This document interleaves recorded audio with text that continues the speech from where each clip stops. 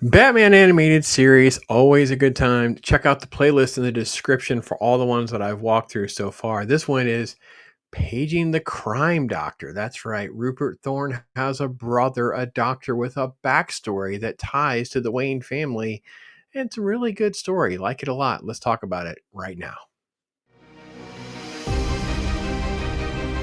Paging the Crime Doctor, another one that's sort of like a nice sort of fill in here. Mike Barr and Lauren Bright does the story directed by Frank Parr.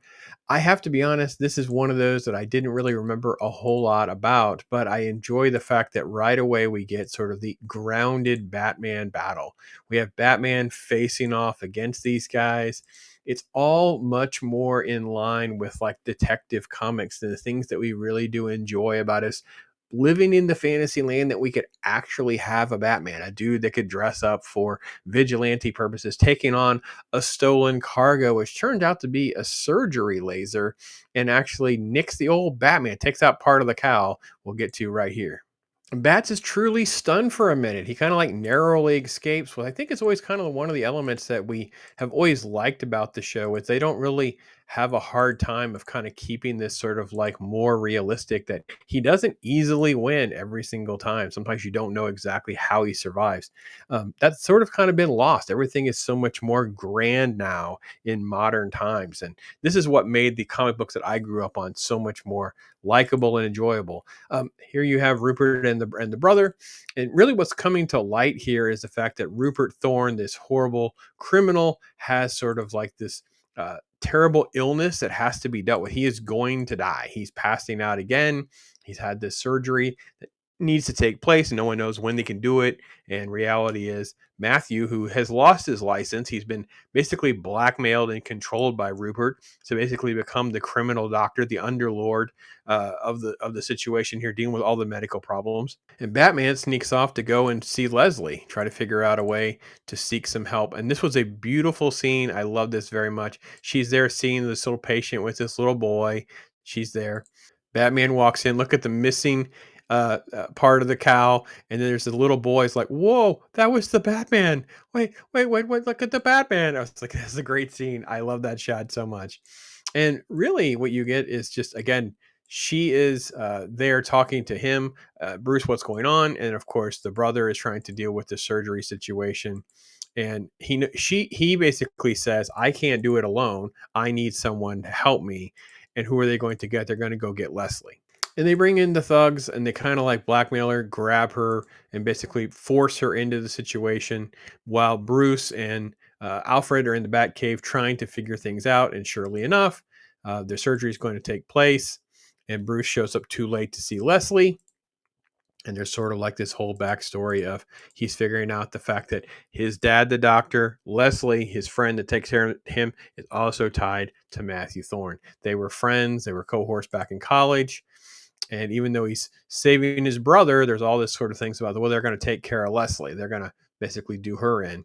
Batman shows up, and we're going to have some fisticuffs and some shenanigans to take place. And again, some real life stuff. Batman on a taken out by a gurney is absurd by some of these modern sensibilities. Like no one's going to believe that because he takes on these crazy super villains all the time. But this is again more grounded and realistic in our world.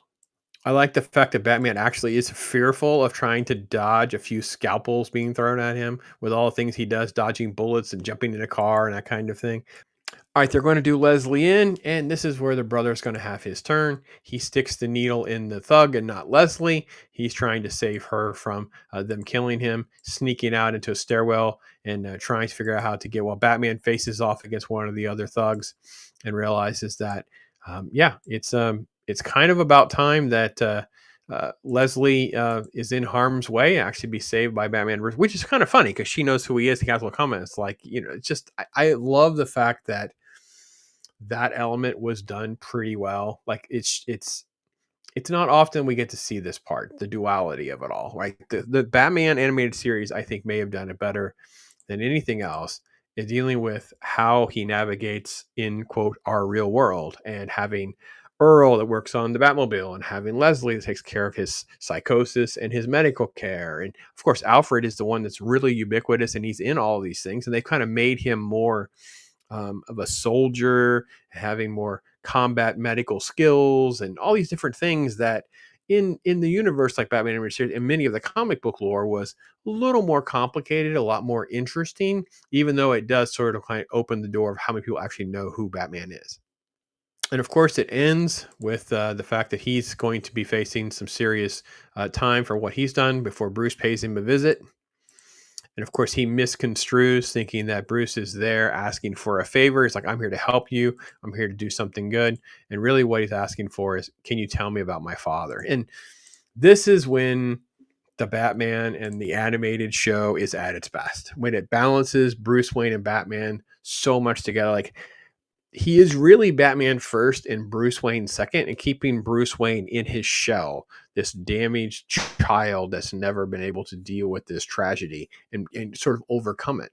And the fact that he could find someone who could talk to him about who his dad is and a little bit more about their life and what things were, it would make him more human. It would allow some of those scars to possibly heal. He could move past some of his trauma.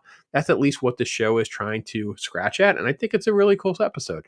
I don't think it is something that we're going to be talking top tier. We do enjoy Rogues Gallery stuff, but on this flip side of that, we also do enjoy the grounded crime stuff that we truly would like to see more of, to be honest. I don't know about you guys, but I know I would. So another Batman animated series, as I said, please check out that playlist for other of these conversations that we've had.